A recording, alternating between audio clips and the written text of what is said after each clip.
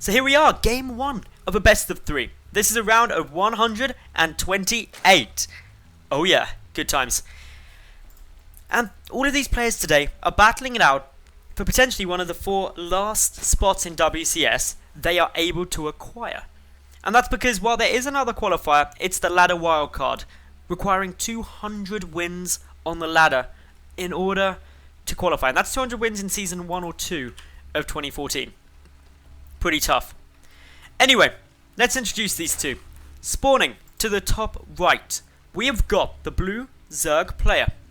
Representing Rockat, it's Dimaga.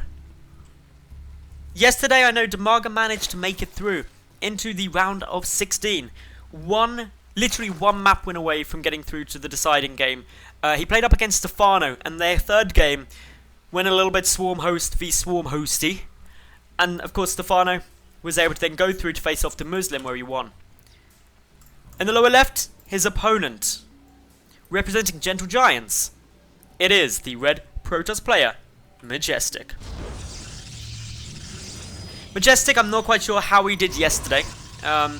He didn't get through to the round of 16, if I recall. I think I knew everyone roughly who got through to that round, but I apologise if I am mistaken. He's going to be opening up with a gateway expand, chucking his second pylon down on that low ground there. Dimaga just bringing his Overlord across.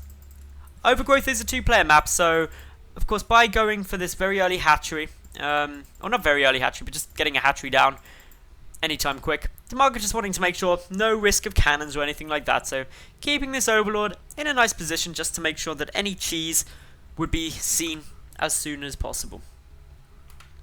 In we go now. So, Majestic getting the first scout out. Going to see that, yep, this was a pull first build. No gas though.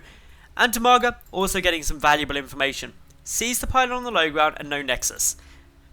What this says to Dimaga is, hey, this is either some kind of proxy play or it's a gateway expand. Much more likely a gateway expand. And due to that, having gone pull hatch, he's fine. He just sits on that, gets a gas relatively quickly in most situations, and actually he's not going to, he's going to go for another hatch really fast. Okay, this is pretty cool. Generally, Zerg players opt to get a gas before this third if they're up against a gate expand and they've gone gas hatch as opposed to hatch pull, because of the risk of early pressure and wanting speed. So Dimaga just waiting this out, he sees that the nexus is coming down, doesn't actually have any information in the main. And knowing how many gases there are and when those gases come down is ridiculously important. If there's only the one gas off a gateway expand, you've got to be expecting a lot of zealot warpins to come and try and punish you. But with 2 gases, you can rule that out. It's much more likely to be some kind of tech-based play. Can still be a big aggressive build, say like a robotics facility into an immortal sentry, a Twilight Council for DTs, or anything like that, or even a Stargate is what we're actually getting here. But the important thing is Dimaga doesn't know. Realistically, all he can rule out is that it's not a 1-base play. Everything else is on the table.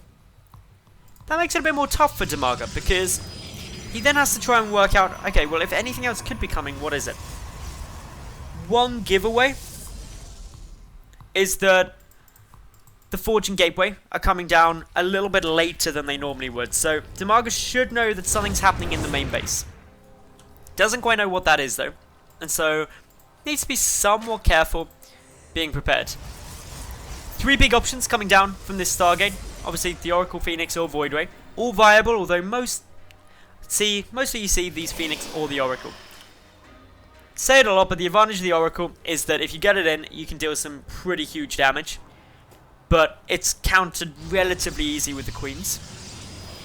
The advantage of the Phoenix is that they've got a lot more longevity in their harassment, so it might not come as one big burst of damage, but it will trickle through, and most of the time, especially in higher level games in PvZ, tends to deal more overall. So Dimaga now transferring just some drones over. He's sitting comfortably up at 47 workers to the 36 probes. Is completely aware that a Phoenix is out on the field because one of his overlords just got exploded, and should now be thinking about adding in a couple of spore crawlers. There's not a massive urgency for those spore crawlers, because it takes 4 Phoenix to be able to kill a queen in 1 lift. So The Queen's going to be able to fend them off. A couple of drones might die anyway, but to be honest, unless you're putting 2, maybe even 3 Spore Crawlers at each base, drones can die before anything happens, even if you get a decent number of, even without that many Phoenix outs. So, fine from Dimaga here, adding in those spores now, about the right time, as we're up to 3 Phoenix, the 4th one on its way. And this should keep everything safe. Lifting this Queen will be not that energy efficient. It's going to take 2 lifts in order to pick it off, and that uses up obviously quite a lot of the Phoenix energy, reducing the amount of lifts that can come down on drones. Whether it's worth it or not though, it probably is more beneficial to kill off the Queen if you can, because you miss the injects. That means there's less lava and therefore less drones anyway, but again, you're sacrificing some slightly greater overall damage for less damage now. And damage definitely does charge interest. If you do a lot of damage early, it becomes a huge amount later on. Anyway, these Phoenix getting a good amount of damage done, picking off a couple of Overlords, being generally irritating. Behind this, we've got Immortal production started, as well as more Phoenix still coming out. But there's Hydras now for Dimaga, and I don't actually believe the Hydra Den has been seen. It's backed all the way in the main, and that hasn't been scouted yet. It's a great response. If you've gone for the Stargate as a Protoss player, and a Zerg sees it early, they will go Hydras. Ling Hydra is great against everything you can have anytime soon, because you won't have Colossi and you won't have Storm for a good couple of minutes. So this really shuts down the Phoenix, because while they are able to deal with the Hydras in smaller numbers, just because they can lift up, to be honest, if the Phoenix, even all 6 of them now, came in and lifted 1 Hydra, it might die, but so would most of the Phoenix just from the rest of the group. So still keeping a real close peek on everything that's going on. A bit more harassment coming through. 6 workers being killed, and remember, all of these Phoenix are still alive. They can continue to do damage, pick off the odd unit that gets a little bit too far away from all of his buddies. But Dimaga, he don't care. He's like, oh, you're harassing me? That's funny because I'm coming to kill you. It's literally like poking a bear. You might find it funny, and you may think it's annoying the bear until he mauls your face off. And that's what Dimaga's trying to do right now. Couple of Lings down to that 3rd base, sees a cannon there, and he goes, oh, hang on, you do not have any Colossi yet. Guess I'll fight you. There's not even very many sentries either. Only 3 at the moment for Majestic, which means that he's going to be struggling to zone this army out. However, his first Colossus is about to pop. 1 Colossus certainly is going to do a lot of damage to this army, but will it be enough? There's a lot here. Down the 3rd goes, Dimaga taking a 4th behind this, as well as getting out the Spire. And this Colossus, oh no, it's positioning! It dies instantly! That is a massive loss! Straight away, Dimaga gets a monumental advantage in this engagement. Sniping that Colossus so soon. Incredible!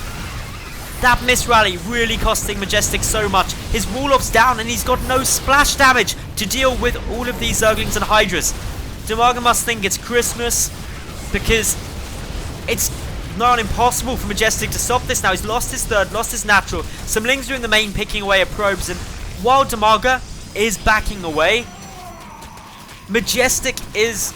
It's literally like he was sitting there climbing up the side of Mount Everest with Dimaga, trying to get through this qualifier, and he's just tumbling, falling back down to base camp. He's got to catch all that way back up, whereas Dimaga, sure, he's lost like 12 workers, but he's up 2 bases. Actually, no, scrap that. He's up 3 bases at the moment until this natural's remade.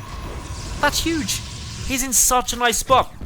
A couple of Phoenix now getting taken out as well, and Dimaga playing an absolutely amazing game. The Corruptors able to take down these Phoenix pretty easily. They outrange them without Anion Pulse Crystals, and they're just going to be irritating. So now it comes up to Majestic. What can he do? Well, he's got Colossi, or he did have Colossi coming.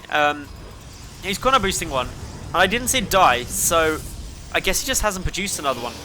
And unfortunately for him, without Colossi, Ling Hydra will dominate. There's just... You can't stop Ling Hydra without Splash. You need either Storms or those Colossi. He's getting the Twilight Council down, but going up into Storm rather than the Colossus tech that he's already got is a bit interesting. He's also adding in Immortals, and I've got to say I'm scratching my head a little, because no roaches have been made, no roaches have been seen. Going the Colossi wouldn't be the best move because of just how many Corruptors there are. So you've got to do something, but Immortals are just going to die so quickly to Ling Hydra. So are Gateway units. In some ways, you've almost got to go for a bit of a crazy build now, a bit of an all-in, something like a Dark Shrine, just to try and deal some damage, because Dimaga is up by 80-ish supply. It's so massive. In comes now Dimaga. A couple of corruptions coming down. Using these corruptors, they obviously can't attack down to do something. The Hydra's getting some good damage out, but thanks to these force fields, a lot of the army being zoned away. Still, the Hydra's pushing through the force fields, starting to go down. As many of the Hydras as possible want to be engaging at once, but regardless, there's just so much damage here. Photon Overcharge has been activated, but the army for Majestic crumbling. He's down to a third of Dimaga's supply. GG's, and Dimaga takes game number 1 of this best of 3.